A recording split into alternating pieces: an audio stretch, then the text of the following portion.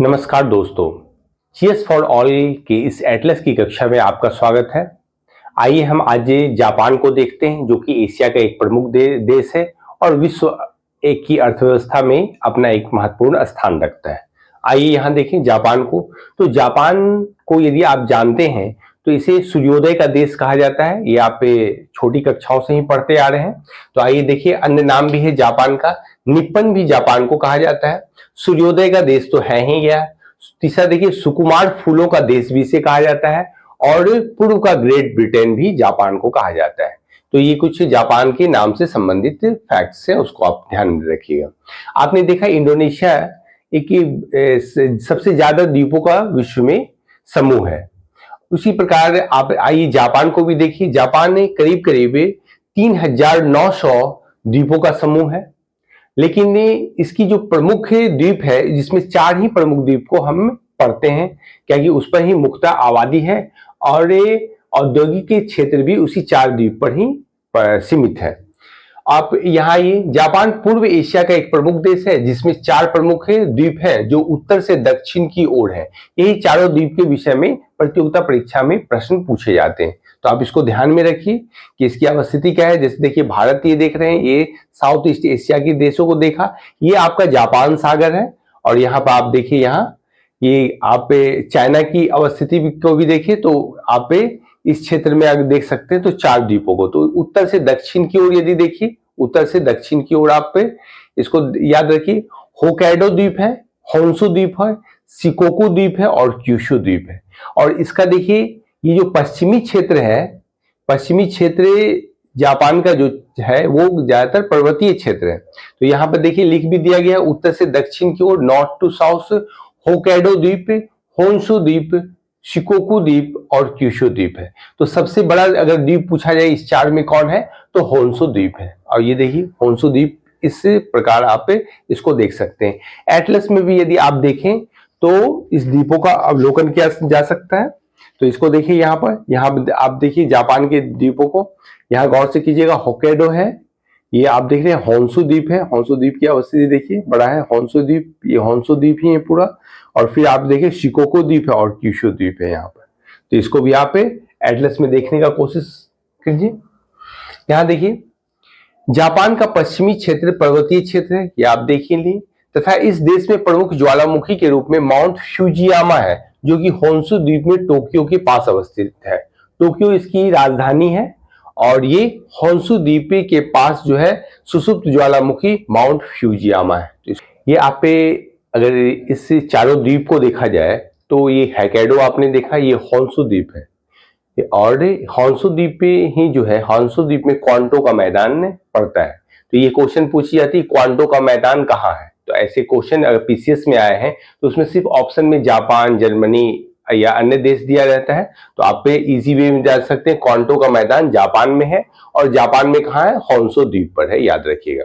अब यहाँ देखिए क्या है कि अगर ये आप जापान सागर को देख रहे हैं, ये रूस का भाग है, ये रूस का भाग है। और यहाँ पर नॉर्थ कोरिया या साउथ कोरिया, तो ये अवस्थिति देख रहे हैं आप। और ये इधर चाइना का भाग है। अब इस क्षेत्र को देखिए यहाँ, तो ये यहाँ देखिएगा उत्तर उत्तर की ओर से, उत्तर आर्टिक क्षेत्र है, यहाँ पर आप रसिया का भी भाग देख सकते हैं। तो उत्तर की ओर से ठंडी जलधारा आती है, जिसका नाम क्या है, ओया शिवो जलधारा है। याद रखिएगा, ओया शिवो जलधारा जो है ठंडी जलधारा है। और यहाँ अगर दक्षिण की ओर से देखा जाए तो क्यूरोशिवो जलधारा आती है, जो कि गर्म जलधारा है। और दोनों जलधाराओं के मिलने से इस क्षेत्र में क्या होता है कि दोनों जब जलधारा मिलती है तो कोहरा का क्षेत्र बन जाता है। यहाँ पूरा कुहासा या कोहरे का पूरा क्षेत्र रहता है, जिसके कारण यहाँ मत्स्यन का केंद्र बनता है। तो ध्यान में रखिएगा। तो जापान के पूर्वी तट पर मत्स्यन के होने का मुख्य कारण, यानी मत्स्य क्षेत्र होने का मुख्य कारण यहाँ ठंडी और गर्म जलधाराओं का मिलन है। तो यहाँ पे देखिए लिखा गया है, जापान के पूरब में 2 जलधाराएं प्रवाहित होती है। आप देखें, ओयाशिवो और क्यूरोशिवो। दोनों प्रकार की जलधाराओं के मिलने से इस क्षेत्र में मछली का उत्पादन होता है। जापान के इस क्षेत्र में मछली के उत्पादन का दूसरा कारण निमग्न तट है, यानी यहाँ कंटिनेंटल शेल्फ भी पाया जाता है। ये देखते हैं, ये जो कटे छटे तटीय भाग है, जिसे कारण यहाँ कंटिनेंटल शेल्फ होने का भी मुख्य कारण है जो मछली का उत्पादन करता है। अब देखिए, जापान की संस्कृति में खाद्य पदार्थ के रूप में मछली को अपनाया गया है। तो आप ध्यान रखिए, जैसे भारत में देखते हैं चावल दाल जो खाद्य पदार्थ के रूप में या रोटी का प्रयोग किया जाता है, तो इस तरह यहाँ पर एक मछली का भी खाद्य पदार्थ में शामिल है, यानी वहां के व्यंजन में देखिएगा मछली शामिल है। लेकिन आपको पता होना चाहिए कि यह बौद्ध धर्मावलंबी देश है, यहाँ बहुसंख्यक आबादी क्या है, बौद्ध धर्म को मानने वाली है।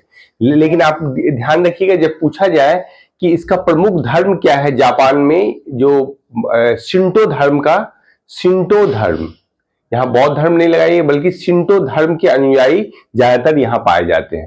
ठीक है, तो ध्यान में रखना है, बौद्ध धर्म और शिंटो धर्म यहाँ प्रमुख धर्म है। और जापान का केवल 8% भाग कृषि भूभाग है। जापान के पूर्व में ओसाका है, सूती वस्त्र का केंद्र है, ये कॉटन टेक्सटाइल इंडस्ट्रीज है यहाँ पर। इसे जापान का मैनचेस्टर कहा जाता है। आप जानते हैं इंग्लैंड में औद्योगिक क्रांति हुई थी और इंग्लैंड का जो क्षेत्र है उसमें मैनचेस्टर है, सूती वस्त्र उद्योग के लिए फेमस है। तो उसी के आधार पर यहाँ देखिए ओसाका की अवस्थिति देखिएगा, होन्शु द्वीप पर ही ओसाका है। तो ओसाका को क्या कहा जाता है, कॉटन टेक्सटाइल केंद्र है वो ओसाका को। यहाँ देखिए जापान का मैनचेस्टर कहा जाता है, तो आप ध्यान रखिएगा। और यहाँ देखिए टोक्यो जो है, टोक्यो होन्शु द्वीप पर ही अवस्थित है और यह जापान की राजधानी है। और टोक्यो जो क्षेत्र है, इसको देखा जाए तो ये भी दुनिया के सबसे बड़े नगरों में से यह प्रमुख है, नगर है, एक नगर है। और याकोहामा जो है, यहाँ क्या है, ऑटोमोबाइल इंडस्ट्रीज का क्षेत्र है ये याकोहामा, ये भी होन्शु द्वीप पर ही है। अब देखिए आप नगोया, नगोया जो है सिल्क उत्पादन केंद्र है, वो आप देखिएगा मलबरी सिल्क का उत्पादन है, ये नगोया क्षेत्र में बहुतायत से पाया जाता है। ठीक है, तो इस प्रकार आपने जापान का अध्ययन किया। अगली कक्षा में हम रूस को पढ़ेंगे, जिसका पुराना नाम सोवियत रूस या यूएसएसआर था, और इसकी अवस्थिति, कितने राष्ट्र इससे स्वतंत्र हो गए और उसकी अभी वर्तमान अवस्थिति क्या है, इसका अध्ययन हम कल की कक्षा में करेंगे। आज के लिए इतना ही, धन्यवाद।